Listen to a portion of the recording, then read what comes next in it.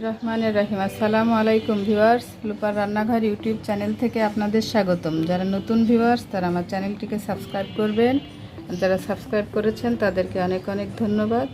তো বন্ধুরা, আমি আজকে ডিম ভাপা রেসিপি করব, তাহলে চলুন রেসিপিটা দেখি। আমি এখানে 3টে ডিম ভেঙে নিয়েছি। এখন দেব সামান্য একটু ভাজা মশলা, একটু মরিচের গুঁড়ো আর স্বাদ মতো একটু লবণ দিয়ে খুব ভালোভাবে গুলিয়ে নেব।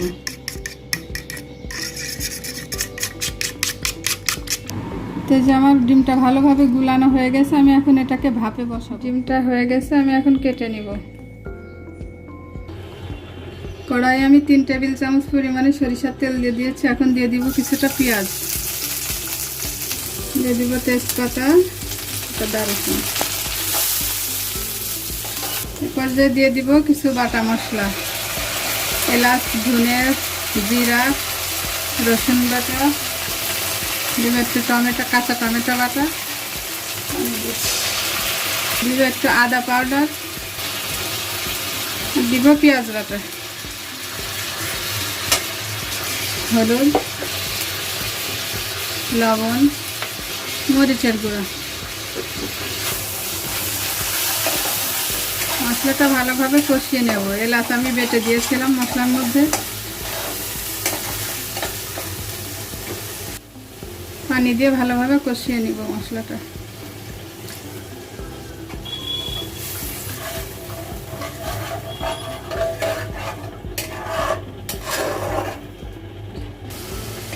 মশলাটা কষানো হয়ে গেছে, আমি এখন কিছুটা আলু দিয়ে দিব, সিদ্ধ করে রাখা আলু। আলুটা একটু মশলায় ভুনে নিব।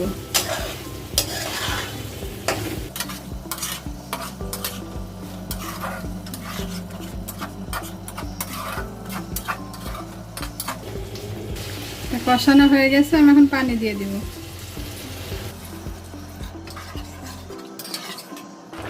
এ পর্যায়ে আমার সে ডিমগুলো দিয়ে দিব, কেটে রাখা ডিমগুলো।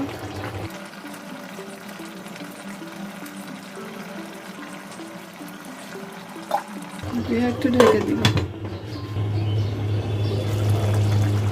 তো এই যে দেখতে পাচ্ছেন, অনেক সুন্দর কালার হয়েছে তরকারিটা। আমার তরকারিটা রান্না শেষ, আমি এখন সার্ভ করে। বন্ধুরা, আমার ডিম ভাপা রেসিপিটা শেষ, আমি সার্ভ করে দিয়েছি। এরকম মজার মজার রেসিপি পেতে আমার চ্যানেলটিকে সাবস্ক্রাইব করবেন, আমার পাশে থাকবেন। সবাই ভালো থাকবেন। আল্লাহ হাফেজ।